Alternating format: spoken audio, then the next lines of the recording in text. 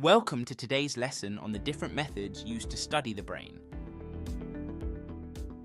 Today, we will delve into the principles and applications of computed tomography, or CT scans, and positron emission tomography, or PET scans.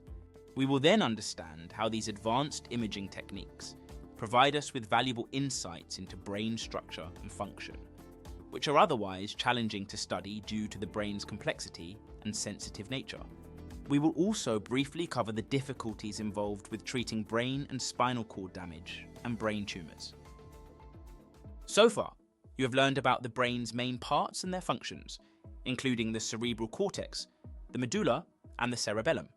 Understanding these fundamental components has laid the groundwork for today's topic, as knowing how the brain is structured and operates is essential for comprehending how we can effectively study it using imaging technologies. Leveraging the knowledge of CT and PET scans allows us to visualize and interpret the intricate workings of the brain. This capability is crucial for diagnosing brain disorders, understanding brain activity, and developing targeted treatments for neurological conditions. Understanding the brain has always been a challenge for scientists and doctors. The brain sits protected inside the skull, making it difficult to access without invasive procedures. Traditional methods of studying the brain by physically cutting it open provide limited information, especially about how different parts of the brain function. However, modern imaging techniques such as computerized tomography, CT, and positron emission tomography, PET, scans have revolutionized our ability to see inside the brain without invasive surgery. CT scans are a powerful tool for visualizing the structure of the brain. Here's how they work. During a CT scan, X-ray radiation is fired at the brain from multiple angles. These X-rays pass through the skull and brain tissue, and a computer processes the differences in absorption to construct detailed images. The result is a three-dimensional image of the brain. This allows doctors to examine the brain from various perspectives, making it easier to identify damage to brain structures, internal bleeding, and abnormalities. It's important to note, though, that CT scans expose patients to higher levels of radiation compared to regular X-rays.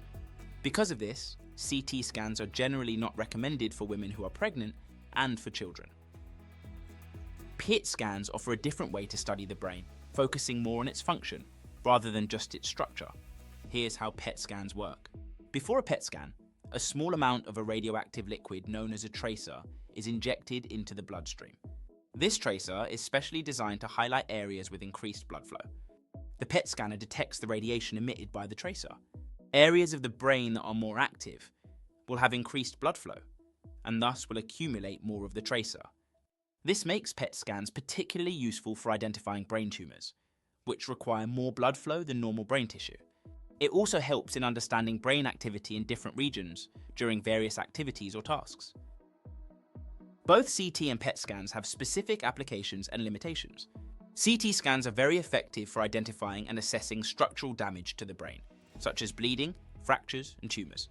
However, they do not provide much information about brain activity or function.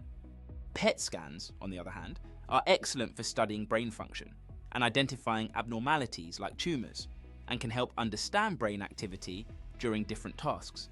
The use of radioactive tracers means that PET scans also involve exposure to radiation, although typically less than a CT scan. Brain damage is the loss of cells in the brain. It can occur because of factors such as injuries in the head, strokes, and other illnesses. Similarly, spinal damage can occur through injury or illness. The brain and spinal cord are highly complex and delicate structures. This makes surgical intervention risky, as damage can easily occur during surgery, potentially leading to side effects such as impaired speech or movement.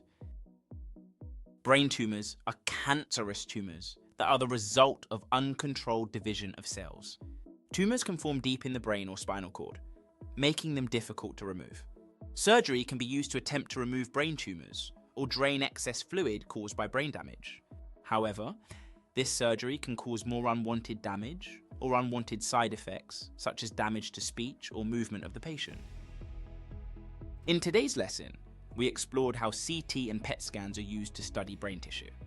we discussed the difficulty of accessing brain tissue and how CT scans provide detailed 3D images of brain structure, useful for detecting abnormalities like tumours and clots. PET scans, which use a radioactive tracer to observe brain activity and damage. We emphasised that CT offers structural views, while PET shows brain activity, and together they provide a comprehensive understanding crucial for diagnosis and treatment in neurology. We also looked at brain and spinal cord damage that can be caused by injury or illness, and the fact that their complex and delicate structures make them difficult to treat. Similarly, brain tumours are the result of uncontrolled division of cells. They are difficult to remove as they can be found deep in the brain or spinal cord. Invasive surgery can cause unwanted damage or side effects. Modern scanning techniques such as CT and PET scanning can help assist with treatments,